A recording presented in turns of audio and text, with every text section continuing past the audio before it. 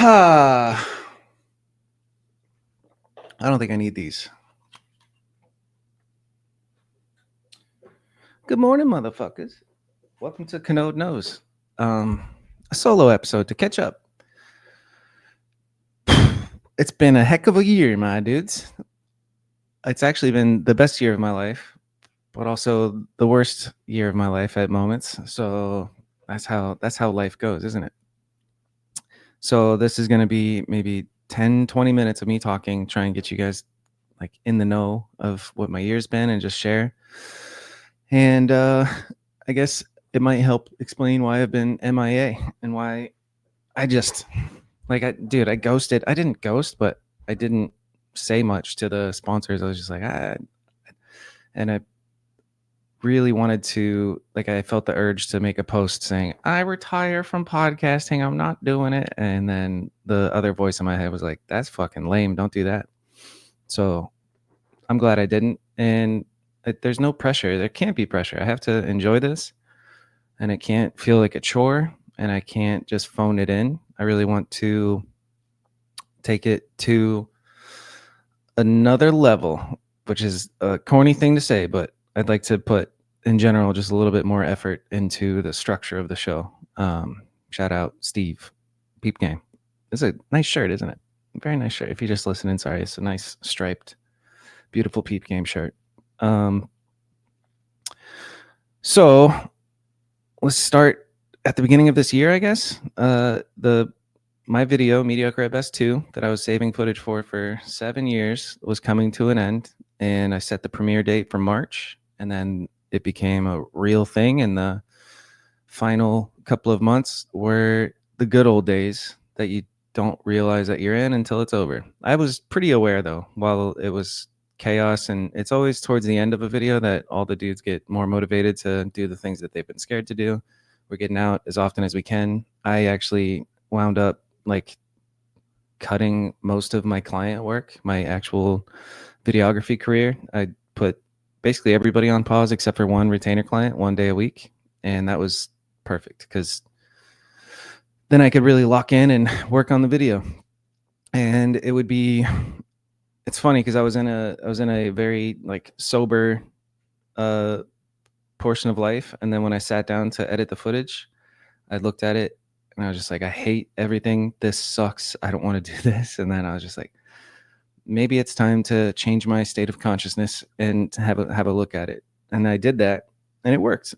And I'm glad that I did it, but boy, did it take a toll. So I basically reverted back to my old 23-year-old ways where every great video I've made, I've done in a different state of consciousness. I've edited on Adderall, I've edited on MDMA, I've edited drunk, I've edited stoned, all the above. Edited after surgery on painkillers. So just looking at the footage sober and thinking, okay, I got to make something creative here. I think that you could, but it just wasn't happening. I'm telling you, I legit sat and scrolled through the footage for 4 hours in one session, and then sat down for another hour, just not doing anything, looking at the clips, thinking, wow, I filmed that like shit. This is terrible. So sometimes you got to get out of your head as an artist. I don't like that I deprecate myself and put the quotes up when I said artist. I'm an artist. It's okay. Video editing is an art. Filming is an art. Writing is an art. We're all fucking artists. So I abused Adderall and drank my ass off for about 2 months, and it was effective. And the excuse was, you gotta be productive while you're doing that. If you're just gonna abuse a drug and just to feel good, that's no good. But to use it as a means to an end, I can rationalize that. I wouldn't recommend that to anybody. But I did that, and it was a really, really fun month. I'm saying I would sleep until 11, wake up, and by 12:30, the first shot of tequila, and sitting down on my couch in the living room and making progress, just slowly but surely. It's an hour and 20 minutes long, and I'd had nothing edited until maybe the beginning of March or mid-February. I had one person's part loosely edited. I wish I could see. I probably could if I looked at the project file, but see what it looked like in February versus towards the end of March, and all the changes that happened. And it was really fun. It brought everybody together, like me editing the video. And I'm not one to lock myself away. I love having somebody over my shoulder to like get feed off of their energy when they see something for the first time, because I've seen it, for 7 years now. I look at a clip and I'm just like not impressed or whatever. But seeing Troy or Joey or Eric over my shoulder while I'm editing was a treat. We had Clay and Robbie come over a bunch, and it was fun. It was a good excuse to get everybody together and hang out. And most of the time it was me ignoring everybody that was in my house. But it's like that scene from Garden State where it's like a time lapse and he's sitting on the couch, and then there's a time lapse of people moving around him. And that's how it felt. And it was very euphoric and an incredible period of time. And then it got real. The premiere came around, and fucking the bait and switch that we did with a jam. It's not really a bait and switch. We hosted a jam, and so a lot of people in the industry came from many different states to come and ride in the jam. And I missed out on the jam because I was still editing the video the day of the premiere. But we had Robbie from Cult, we had Garrett and Tony from Fiend. Fucking Clausen came down. No, wait, Clausen couldn't make it. He got hurt. But yeah, from states all over. We packed this theater. It's a 210 seat theater, double decker, and there was standing room only, barely any. So I would think like 250, 300 people were in there, and it was the best peak human experience. Like, I think that's up there. I think the best feelings in life, achieving a long-term goal, is definitely like peak human experience. So I remember we're partying afterwards, and I'm like, at this point, I told whoever I was talking to, I was just like, I don't think I can feel any better. Like, there's no point in drinking or doing anything right now. Like, I reached the peak of how happy one can be. And so naturally the come down was pretty fucking awful. Just sobering up and like hibernating for basically a week, just crashing out, and getting back to equilibrium was a slow process over the next following weeks.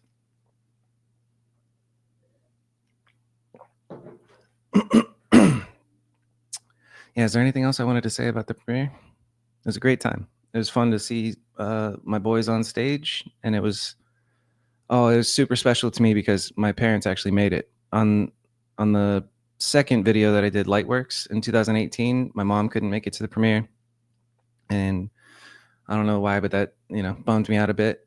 And then this time around, mom and dad, and they brought another like couple friends, and I sat in the back row with them, and I got to like tap my dad on the knee when my part came on. And Paul Simon was on repeat in my dad's car growing up, so that was sentimental and special. The whole video is very sentimental and special. It's like a emotional send off, if you will. Like, I'm not doing another full length. Like, Mediocre Best isn't dead, I don't think. Maybe there's something in the future, HD short term. But I'm never filming with a VX again, that's for sure. That's the bane of my existence. And yeah, it was a send off. There's a bunch of different little Easter eggs in there that refer to the first video. There's shit that means a lot to me that probably you wouldn't notice, especially if it's just you're just watching for the tricks. But in the process of editing, I really left it all on the floor, if you will. Like, I gave that shit 110% of my editing effort, and I'm proud of that. I'm glad I did that. Okay, so yeah, the come down was nasty. It was, nasty as in just like I stay in bed and I chill and I watch TV for basically a week and get up and make it through a day working for a retainer client in the middle of that, and that's all good. And then I don't know how long after the premiere, but I got the craziest opportunity to work for a company called Lux Nomads, and they flew me out to Palma de Mallorca, Spain, which is insane. So that's the most beautiful place ever. It's a 16-hour, 12 or 13-hour flight. And that sucks. But going to Europe for the first time, like as a proper adult, I guess I went when I was 22, but that felt like I was a kid. Seeing this fucking Spanish island was incredible. Spending time with Paul and Michelle, the founders of that company, and getting to know them and getting to learn the business and watch them in real time building like a multi-million-dollar company is fucking sick. Like just talking to them about who they're hiring and the different systems that they're building and all that stuff, and just getting to be there to film and take photos and document the whole thing was incredible. I feel fucking lucky. You know, life takes you on different paths. And I met Paul and Michelle through Jamil. Shout out Jamil, who took great care of me for 2 years when I was working full time for him. He was like a wholesale real estate coach, and Paul and Michelle were students of his. And I remember they came to town like 3 or 4 years ago, and they're kind of broke, and they're staying in a Airbnb in Chandler, but they're great students of Jamil. So they were recording a testimonial slash like commercial for Jamil's program. And when I went over there to film that, Michelle was such a natural on camera that I was like, dude, you're a natural. You're gonna, I see something in you.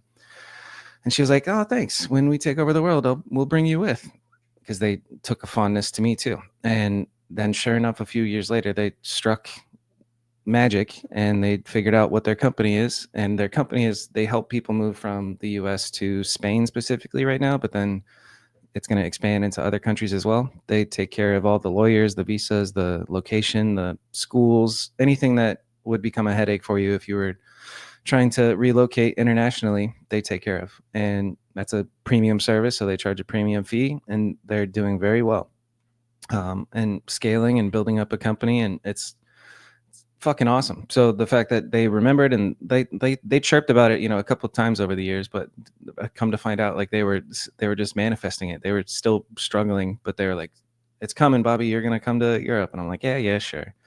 And then when I see the fucking tickets in my email, I'm like, oh shit, I'm going to Spain. And that was perfect icing on the cake. It felt like a good shift to get away from trying to ride and film and be in BMX, and just to explore a different avenue and be in an entirely new arena was incredible. We stayed at a pretty nice Airbnb in Palma.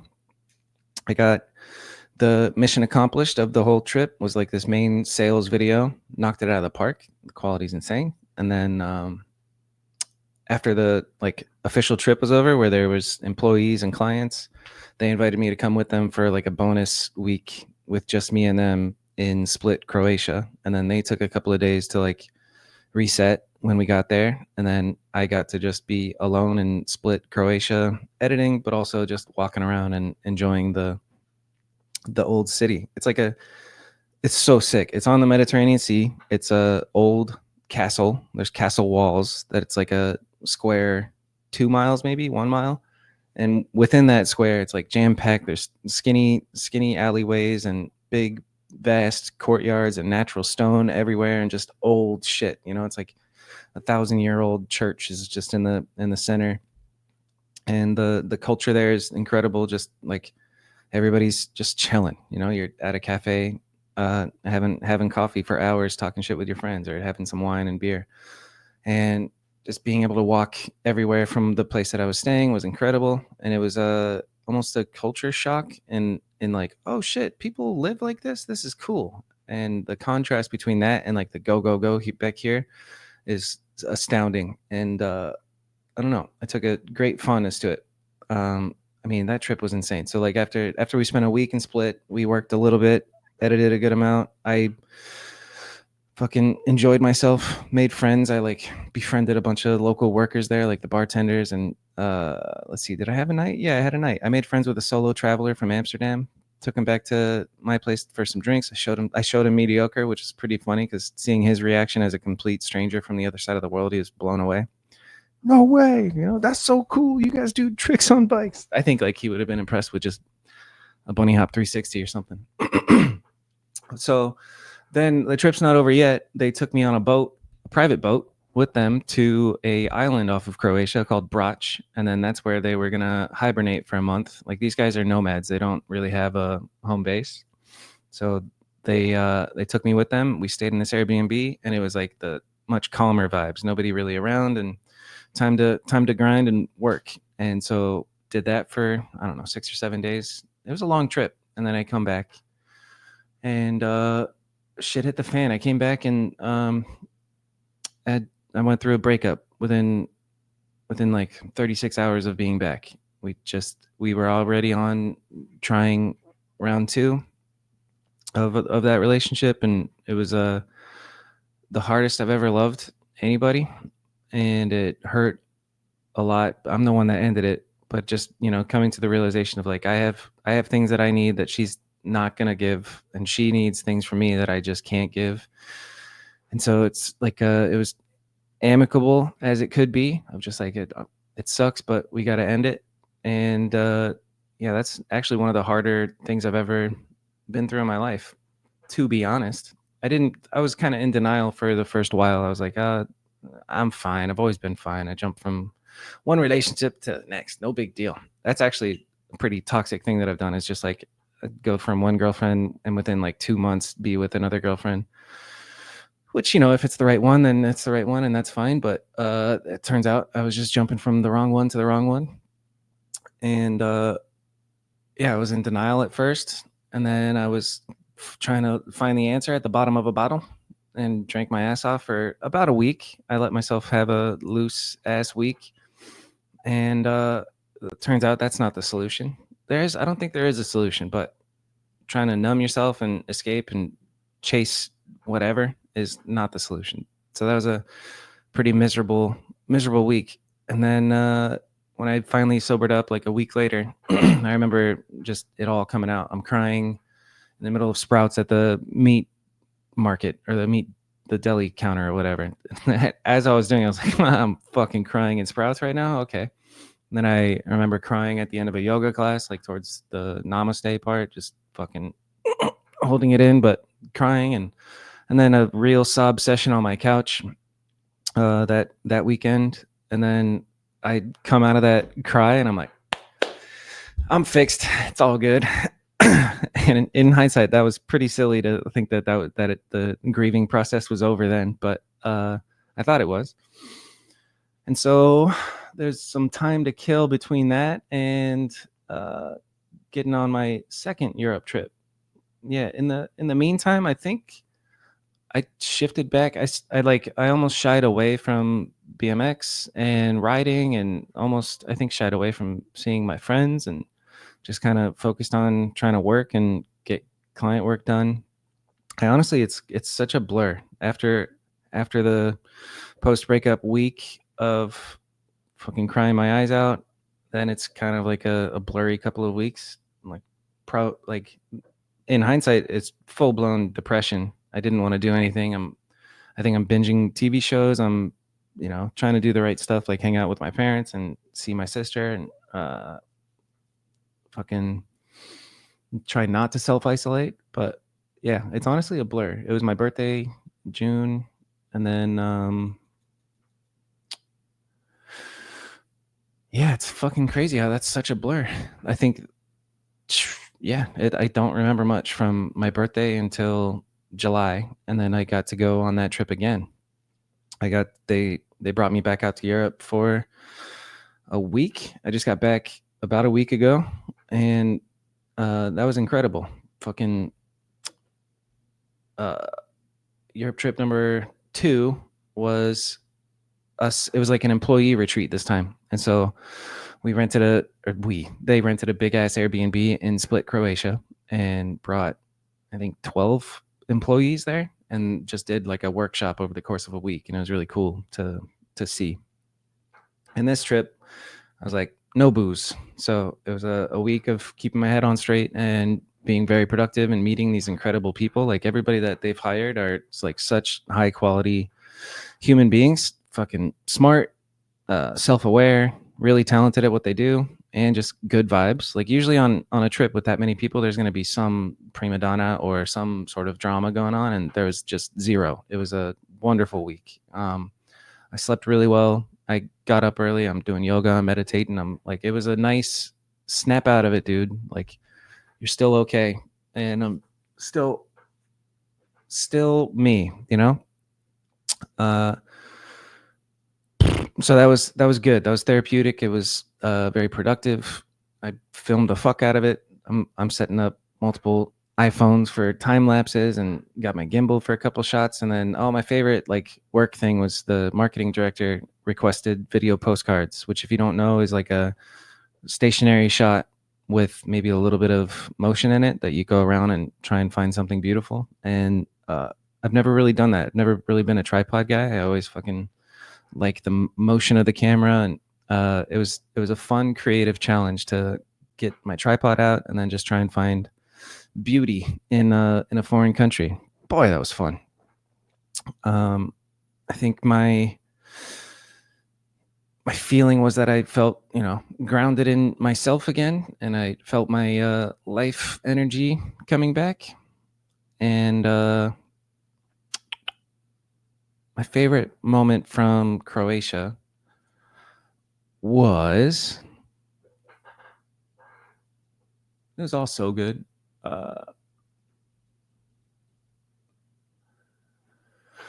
It's also kind of like a blur, but we saw so many beautiful places and ate so much delicious food, and then everybody left, and then me, Michelle, and Paul went on another bonus trip, and this time we went to Santorini, Greece, which is fucking insane. I it's like straight out of a movie. If you don't know, look up Santorini.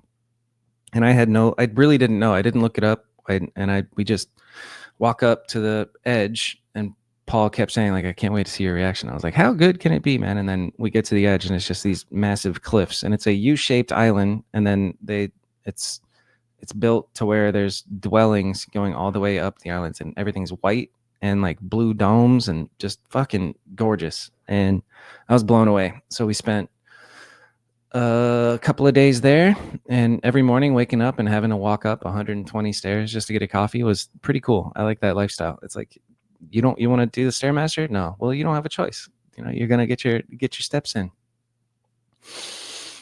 And then they got me another Airbnb for myself, and they went to stay for a few days by themselves, and it was productive, fun, an incredible cap, and refreshing. And I did my thing. I made friends, and then I got taken out by a dude. So I befriended a bartender named Gerdil, and he saw me like on Tinder or whatever over there, and he's like, bro, what are you doing on the apps? Like, you're good looking, you don't need the apps. And I was like, yeah, but you kind of do, like I don't know. And so he's like, bro, I'm gonna take you out, and so come see me at 1 a.m. when I get off work. And I was like, all right. So I meet him at the restaurant where I met him, and then he takes me to his like really beat up shitty car and drives me with him like a 15-20 minute drive to the other town where there's actual clubs and people partying. And we went out and went club to club to club. It's a bit of a blur, but it was so fucking fun. And fast forward, I'm dancing. There's footage of that. There's footage of me dancing at a club in Fira, Greece. And that's cool. That's surreal. It doesn't feel like real life. And being over there, it felt so like liberating. I was fucking approaching random girls. I'm approaching groups of homies. I'm making everybody. I'm doing my thing. I feel very alive, and I'm making everybody feel good around me. And it was just like literally, it felt like I was just like going around spreading good vibes. God, there's some beautiful South African queens there. Shout out Noah. So the end of that night was pretty memorable. He's driving us back, and he's like, dude, I'm pretty fucked up. And then I'm like, yeah, all right. Well, what do you want to do? And he opens his door. We're in the middle of the road in his car, and he opens his door to throw up. And I'm sitting back, just kind of like, I'm pretty drunk myself. And then I see a police car drive past as he's with his door open puking, and they definitely see. And I was like, uh-oh, you're in trouble. And he gets pulled over. They basically ripped me out of the car. They're like, get out of the car now. I'm like, okay. And then, where's your passport? And luckily I had like my little passport card with my wallet. And I sat there on the curb as they basically scolded him. It felt way less serious than a DUI in America. They Like, took him into the station. They said, all right, buddy, you're on your own, and just walk home, basically. But it was fucking miles away. Like, there's no walking. So I was just stranded in this random town at 4 a.m. and I had to just hope that I ran into a taxi. I had no service, so I couldn't call it Uber if I wanted to. And it's fucking 4 a.m. There's no Wi-Fi that I can connect to. I found a guy leaving a club and I was like, hey, can I use your hotspot? And as we're setting that up, this is like 20 minutes later. For a good 15 minutes, I didn't panic, but I was just like, this is a situation. I better find a taxi. I mean, what's the worst that would happen? I stay out all night and sleep somewhere on the street. It's all right. I mean, it's something. God, it's a memory. But I ended up finding a taxi. I got in. I said, take me to the Hungry Donkey. That's the restaurant near where I was staying, and fucking passed out in the taxi. 20 minutes later, I wake up to him saying, you're home, buddy. I was like, whew, okay. And that's my little party in Greece story. Shout out Gerdil. Miss you, buddy. That was fun. And then I came back from that trip and I was like, oh shit, I feel good. I feel alive. I have plans. I want to do stuff. I cleaned out this room. I decluttered. I'm going on walks. The culture difference still sucks. I wish I could go and walk and sit at a cafe and talk to people for an hour. You can still go to a coffee shop, but it's just different. If you've ever been, it is very much different. But that's no reason to complain. God bless America. I love and I'm very grateful that I live here. But that being said, it gave me like a fire under my ass to just new chapter, man. Fucking I'd like to there's so many things I want to do. I want to like revive the podcast, get it going again. I'd like to become a yoga teacher. I'm very passionate into yoga. I'd like to get rid of all my shit. That's like a maybe at this point. I'd like to, downsize, get rid of everything, and then live out of a van, or maybe I don't know what it looks like. Like, I'd like to, do the Mastroni thing and get a van and live out of that. That would be cool. You can get Starlink internet, you can work from there, and then tackle any issues that arise, like security. And I would be nervous about carrying my camera bag with me everywhere because it's so fucking valuable. But I want to be on a more say yes tip, and I went out with a girlfriend of mine and we did yoga and then went to dinner. She told me she was going to be a model at some like Sedona retreat, and I was like, I'll shoot it for free, let's go. And so she mentioned it, and then I got invited and I got to go up to this like super dope retreat space. I really didn't know what I was getting into, but this place had like a energy dome. They have 50 different varieties of plants and food that they're growing on their own. Beautiful creek. It's the Sedona Red Rocks in the background. And it was a marketing video shoot, or a photo shoot. So I just tagged along as if it was a wedding. The photographer was running the show, making different sets, and I would just get behind the scenes stuff. So filmed it for free. I'm not going to edit anything for free, but I gave them the raw footage, and we'll be in touch. It's a great relationship to have. And the vibes, again, were fucking peak. Phenomenal vibes. Everybody there was a kook in the best way. Like, hippy dippy has been my shit since I was like 19 or 20. I fell in love with the people who love crystals and woo woo stuff. There's a lot of truth, I think, to a good amount of woo woo stuff. I'd have to take it item by item to break down my skepticism of certain things, but it was a hell of an experience. And that was just like last Thursday. Dude, where does the time go? It's August 5th. It's crazy. So that's my saying yes era. And I feel so grateful. I did a meditation this morning, a guided meditation for manifestation. If you just type in on YouTube, like 7-minute meditation, this one came up and I was like, okay, let's see what comes up if I think about what I want to manifest. And I was sitting out there and I'm just like, everything that I could possibly want to manifest is I already have. I'm so grateful. I have a beautiful dog, a wonderful life, a podcast with an audience. Like, hi guys.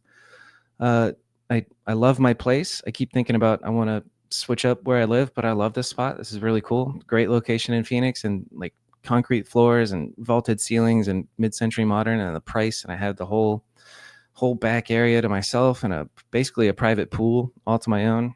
2 bedrooms. It's 1,500. It's perfect.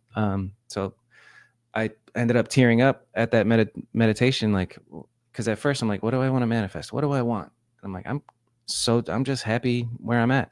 I I have my health. My parents are alive. My sister's thriving. My dog's happy and healthy. I got him back on the farmer's dog food. That should be arriving like today. And I got my boys. I'm inviting everybody over for a group pod tonight. We'll see if that actually happens or not.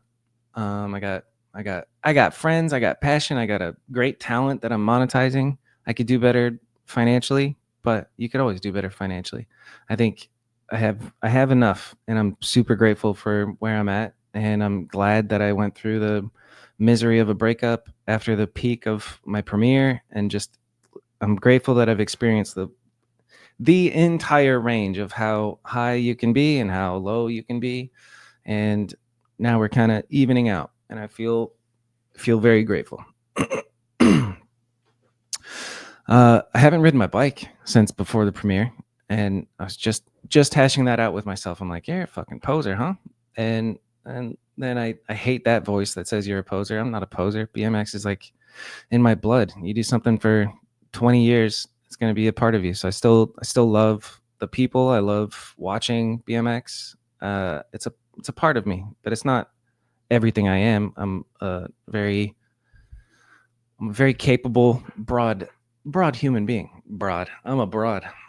Uh, I just love the people. I love the culture. I love the stories, and I I should not be hating on myself for not actively doing it like I used to, and I shouldn't feel guilty about doing a podcast. So on the podcast front, I want to bring more structure. So that's what I'm going to talk with my boys tonight and figure out, what should it be? And maybe you guys can help me format it if you'd like. An email would be cool, or a comment, kanodeknows@gmail.com, or just leave a comment under this and tell me like what you would like to see. When I say I want more structure on the show, what does that mean for you? And I've said this many times, but I'm too scared to make the jump to talk to somebody who's not in BMX because maybe I'm afraid of like disappointing you guys or something, but that's stupid. I have to do it just for me. Um, let's see. You guys heard that new Drake song? Which one? I usually hate Drake, but that song is fucking catchy, dude. He's good at making hits. There's a playlist on Spotify I'd like to recommend to you guys. It's called "You're on a Boat in Greece," and it's vibes. And I don't know. I think that's it. I'm gonna get some editing done for Lux Nomads today, and I feel good having shared this with you. That's it.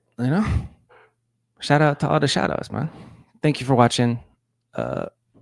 I really appreciate the positive words that you guys shared with me when I was being a self-loathing motherfucker with the latest episode. And yeah, that's it. Adios.